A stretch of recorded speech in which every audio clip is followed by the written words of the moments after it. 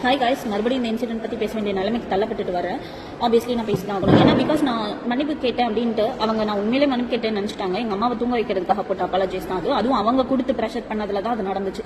So இப்போ actually நான் பேசினது வந்து கொலை பண்ண இன்சிடென்ட், இந்த மாதிரி தப்பாக நடந்த இன்சிடென்ட்டை பற்றி பேசினேன். நான் நல்லவங்களை பற்றி பேசலை. ஓகேவா? First point. ரெண்டாவது பாயிண்ட் வந்து நான் வந்து இஸ்லாமை டார்கெட் பண்ணவே இல்லை. ஏன்னா நானும் இப்போவும் ஸ்டில் அல்லாவை தான் ப்ரே பண்ணுறேன். ஓகேவா? அண்ட் ஆல்சோ என்ன, நான் இங்கே நியாயப்படுத்த விரும்பல. நான் பண்ணுறது தப்புன்னு எனக்கு தெரியும், நான் ஒத்துக்கிறேன். ஓகேவா? நான் ஐ அக்ரி. ஒரு ஹிஜாப் வந்து இந்த மாதிரி இருக்கும்போது அவங்க ரெஸ்பெக்டிவாக வச்சிருக்காங்க. அது ஒரு பாயிண்ட் ஆஃப் வியூ. அதனால அவங்களுக்கு நான் ஆர்டர்னும் போது தப்பு சொல்ல வருவாங்க. நான் தப்பு சொல்ல வர்றது தப்புன்னு சொல்லவே இல்லை. ஆனா நீ இப்படி இருந்தன்னா உன்னை வெட்டுவேன், கொல்லுவேன், உன்னோட உயிரை எடுப்பேன் அப்படின்னு பேசுறதுக்கு யார் ரைட்ஸ் கொடுத்தா?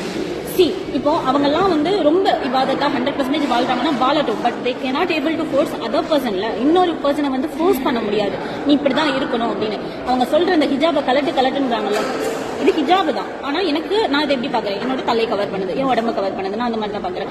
சோ கவர் பண்ற ஒரு விஷயத்த கலட்டுன்னு அல்லாஹ் சொல்லியிருக்கானா? அது பொண்ணு யாரா வேணா இருக்கட்டும், என்ன வேணா பண்ணட்டும். ஆனா போய் இந்த மாதிரி ஏதாவது நடந்துச்சுன்னா போய் அவள் ட்ரெஸ்ஸை கழட்டவை, அவளோட ஹிஜாபை கழட்டவைன்னு ஏதாவது சொல்லியிருக்கானா? இந்த இடத்துல நான் இன்னொரு கொஸ்டின் ரைஸ் பண்றேன்.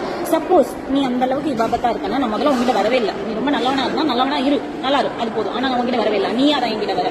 நான் உங்ககிட்ட என்ன கேட்கிறேன்னா, நீங்க ஒரு செட் ஆஃப் ரூல்ஸ் வச்சுட்டு நீங்க செட் ஆஃப் ஒரு இதுல நீங்களே ஒரு சர்க்கிள் போட்டு வாழ்ந்துட்டு இருக்கீங்கன்னா வாழுங்க. பட் யூ கான்ட், நீங்க வந்து இன்னொரு பர்சன் வந்து ஃபோர்ஸ் பண்ண முடியாது. அப்படின்னா உனக்குன்னு ஒரு தனி நாடு இருந்துக்கணும். இது தனிப்பட்ட நாடு கிடையாது, புரியுதா? இது இந்தியாவில் வந்து பல மதத்தவங்க இருப்பாங்க, பல விதமான மனுஷங்க இருப்பாங்க. எல்லாருமே ஒன்னாதான் வாழணும். நான் வச்சிருக்க ரூல்ஸ் படி தான் அவள் வாழ்ந்தாகணும். இல்லைன்னா அவளை கொல்லுவேன், இது பண்ணுவேன் அப்படின்னா என்ன அர்த்தம்?